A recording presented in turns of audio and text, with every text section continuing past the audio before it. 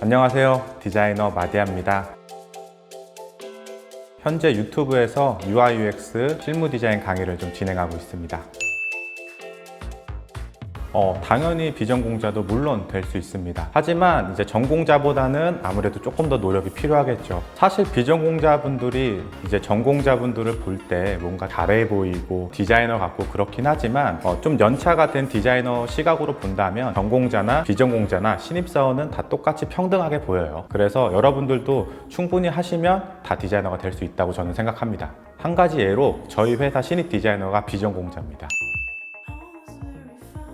저는 신입 때는 디자이너가 약간 비주얼에 포커스를 좀 맞춰야 된다고 생각을 했었는데요. 지금 연차가 조금씩 쌓이다 보니까 지금 저만의 철학이 좀 생겼어요. 제 철학이 뭐냐면 사용자를 고민하게 하는 디자인은 결국 실패한 디자인이라는 거예요. 사용자가 PC나 모바일에 접속했을 때 로그인 버튼이 어딨지? 이렇게 고민하는 순간 그건 실패한 디자인이라고 생각해서 모든 디자인은 쉽고 안 이쁘더라도 사용자가 이용하기 편하게 포커스를 맞추는 게 제 철학입니다. 취업의 스펙에 관련된 질문을 저도 굉장히 자주 받긴 하는데요. 많은 학생분들이 뭐 학교, 자격증, 아니면 뭔가 영어 성적 이런 것들을 저에게 질문을 많이 하세요. 근데 사실 그런 스펙이 어느 정도 기본적인 스펙만 있으시면 됩니다. 너무 고스펙까지는 사실 필요가 없어요. 왜냐면 디자이너이기 때문이겠죠. 디자인 앞에서는 결국 모두 다 무용지물이라는 거예요. 왜냐면 아무리 스펙이 높다고 해도 디자인을 못하면 결국은 채용이 안 되는 거죠. 어느 정도 기본적인 스펙을 쌓고 그 후에 디자인 퀄리티 올리는데 좀 집중을 하셨으면 좋겠습니다. 사실 많은 분들이 영어도 저한테 질문을 많이 해주세요. 근데 여러분들 제가 미국에 갔을 당시에는 영어를 정말 하나도 몰랐어요. 그리고 많은 분들이 이제 기업에 취업을 하려면 기본적으로 영어는 할 줄 알아야지 취업을 한다고 다들 생각을 하세요. 영어도 사실은 그냥 기본만 있으시면 돼요. 이제 요즘에는 대학교를 졸업하려면은 600에서 700에 졸업 조건이 다들 달려 있잖아요. 물론 안 그런 학과도 있긴 하지만 제가 다녔던 학교는 그랬어요. 딱 그 정도만 따고 갔는데 사실상 소통은 안 되죠. 근데 결국 부딪히면 다 되고, 결국 우리나라 사회 구조상 디자이너라는 직군 자체는 영어보다는 결국 앞에서 말씀드렸듯이 포트폴리오란 말이에요. 기본적으로 지원 자격만 맞추시면 됩니다. 근데 어디 기업에서 지원 자격 토익 900 이런 데 없잖아요. 토익 700 정도만 되면 충분하다고 저는 생각합니다. 저 같은 경우는 이제 저희 회사에 지원하는 친구들이 있잖아요. 가장 중요하게 보는 항목은 당연히 포트폴리오죠.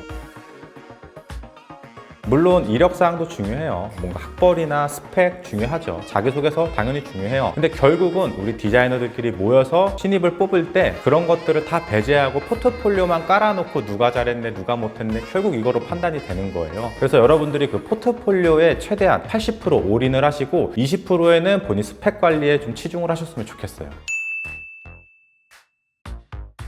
사실 이직을 하는 이유는 뭔가 근무 여건이 될 수도 있고 회사 복지가 될 수도 있고 뭐 결국은 돈이나 현실에 대해서 이제 많은 분들이 이직을 많이 고민을 하시는데요. 여러분들이 앞으로 이직을 하실 때 어느 정도 기본적인 복지와 연봉만 맞춰진다면 신입 입장에서는 지금 당장의 고수익보다는 많이 배울 수 있는 회사를 가셔야 되는데요. 사실은 신입 입장에서 많이 배울 수 있는 회사가 어떤 회사인지 우리는 판단을 할 수가 없어요. 그렇잖아요. 그러면 그 기업 사이트를 들어가신 다음에 이 기업이 어떤 프로젝트 어떤 포트폴리오가 쌓여져 있는지 그것들을 보고 판단해서 이 회사가 내가 가면 많이 배울 수 있겠구나 입사를 하시면 될 것 같아요.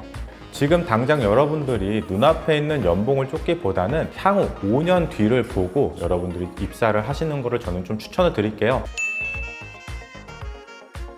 사실 디자인 역량을 올리는 방법은요, 저 말고도 많은 사람들이 다 알고 있고 지금 이 영상을 보고 계신 분들도 다 알고 있는 방법이에요. 결국은 많은 디자인을 보고 많은 프로젝트와 많은 디자인을 경험해라. 정말 이게 다거든요. 근데 어떤 디자인을 보고 어떤 디자인을 해야 되고 정말 여기서 이제 갈리는 것 같아요. 저는 이제 UI UX 구축 디자인을 하고 있기 때문에 그쪽에 포커스를 맞춰서 좀 말씀을 드리면요, 우리가 가장 많이 사용하고 우리가 가장 눈에 익은 네이버를 좀 많이 뜯어보셨으면 좋겠습니다. 그냥 단순해요. capture하신 다음에 그대로 포토샵에 옮기셔서 네이버가 폰트 크기를 몇을 썼는지 간격을 몇을 썼는지 정말 재미없는 작업이긴 하지만 이 작업들이 쌓이면 결국 본인의 경쟁력이 될 겁니다. 포트폴리오 구성 노하우는 사실은 스토리를 좀 담아야 돼요, 여러분들이. 포트폴리오는 결국 내 디자인 작품을 면접관이 편하게 볼 수 있도록, 편하게 검토하도록 만들어주는 하나의 포맷일 뿐이에요. 근데 이제 신입분들이 많이 착각을 하는 게 포트폴리오를 너무 포장을 많이 하세요. 포트폴리오 자체에 색깔도 넣고 그래픽도 넣고 막 이것저것 요소가 들어가다 보면 결국 내 디자인이 시각적으로 안 좋아 보일 수가 있다는 거죠. 화면 자체가 복잡하니까 내 디자인에 집중이 안 되는 거예요.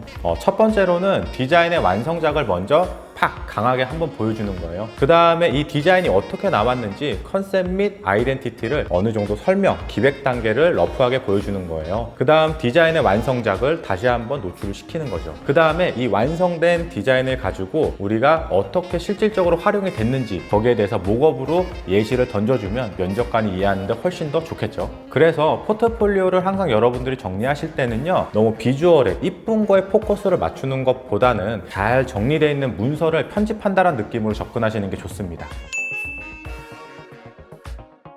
자기소개서 같은 경우는 물론 저도 전문적이진 않지만 한 가지 팁을 좀 드리도록 하겠습니다. 요즘에 이제 자기소개서라고 하면은 첫 번째 성장 배경, 두 번째 장단점, 세 번째 입사 후 포부, 이렇게 일반적인 제목들이 달려 있잖아요. 여기서 한 가지 팁은 뭐냐면, 이런 일반적인 자소서의 항목들, 타이틀 같은 경우는 재미가 없어요. 이 타이틀 자체에서도 면접관이 뭔가 호기심을 가져야 되는데요. 장단점으로 좀 예를 들어보면, 내가 가장 힘들었지만 보람찼던 일, 이런 식으로 본인의 장단점에 대해서 타이틀을 언저리를 남겨두시고요. 그 타이틀에 대해서 내용으로 장단점을 풀어내시면 좋습니다. 그래서 결국은 이 첫 번째, 두 번째, 세 번째, 네 번째 이 타이틀들이 하나의 드라마 같은, 하나의 만화책 같은 느낌이 나셔야 돼요. 성장 과정이 끝났으면 이제 장단점이 궁금해져야 되는 거예요. 그러면 면접관 분들이 더 호기심을 갖고 궁금해하겠죠.